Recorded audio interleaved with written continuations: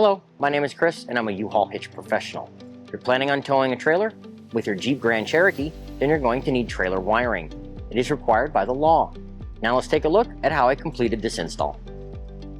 You will need the following tools and supplies to complete this installation. The wiring for the Grand Cherokee is best done while the fascia is already off, so we can run and hide some wires. If the fascia is on your vehicle and you already have the hitch, we'll go ahead and link the hitch video above that shows the process to get you to here. This installation is in fact taking place on a 4xe with a power distribution panel back here. So my power wire is going to route over here, which will be unique to this video. If you do not have the 4xe, you will want to run a power wire down the passenger side. So go ahead and check out my other video where we run the power wire down the passenger side. We will now connect the adapters to the trailer harness. We're going to start on the passenger side so we can install the shorter brown and green connectors. I'm going to pass them underneath the existing electrical wiring and then pass them up into the taillight cavity. And now connect it to the vehicle adapter. Use provided double-sided sticky tape to secure your converter box. Now affix the white wire to the bare metal surface of the vehicle body using the provided self-tapping screw. Keep your drill in a low setting so it does not strip the metal, forcing you to redo. We will now be able to route the 4-flat connector to the center of the receiver to mount on a bracket.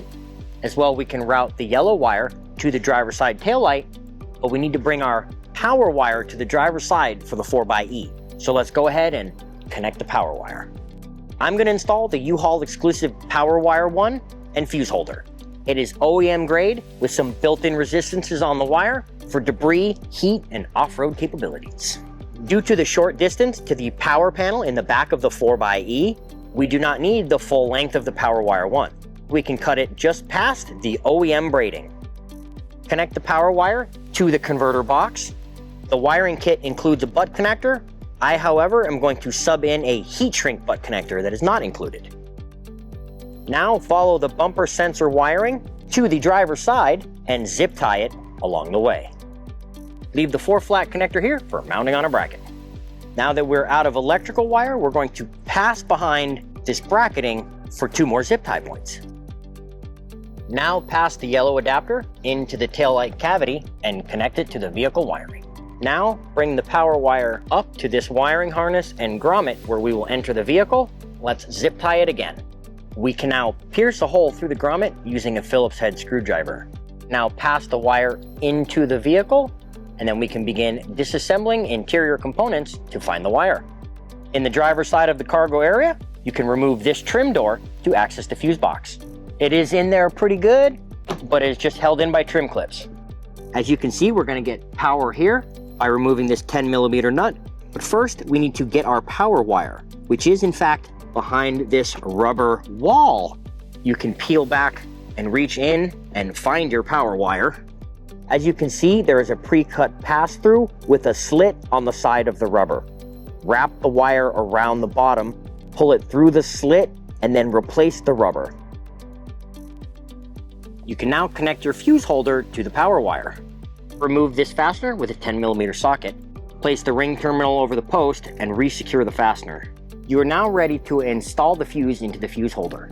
If you use the provided fuse holder, use the provided fuse. If you purchase a Power Wire 1, you will need to provide your own 10-amp mini fuse. Cover it with the cover. Now let's coil up and secure some of this excess wiring. Return the trim cover. We're now ready to install our wiring onto a bracket. This bracket is not included with the kit, but you can pick one up at your nearest local U-Haul hitch center or order one from the link in the description.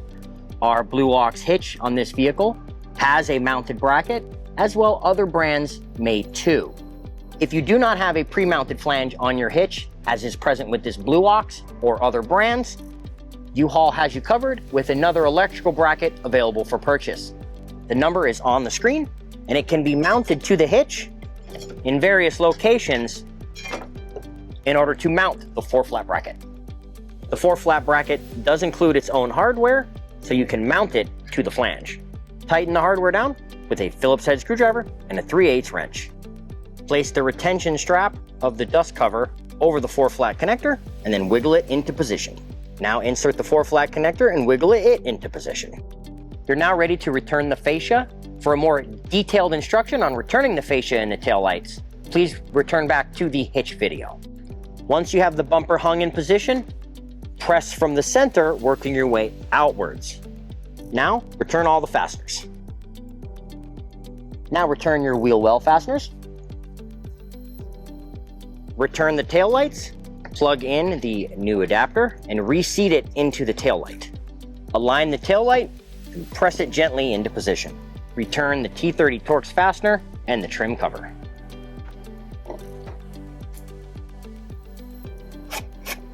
We can now press the fender trim back into position. Connect the bumper sensor's electrical adapter on both sides. If you have any questions about the products seen in this video, or if you'd like to schedule an installation with your local U-Haul hitch professional, please visit us online at uhaulhitches.com. You can even download the U-Haul app using the link in the description for even more ways to manage your hitch and towing needs.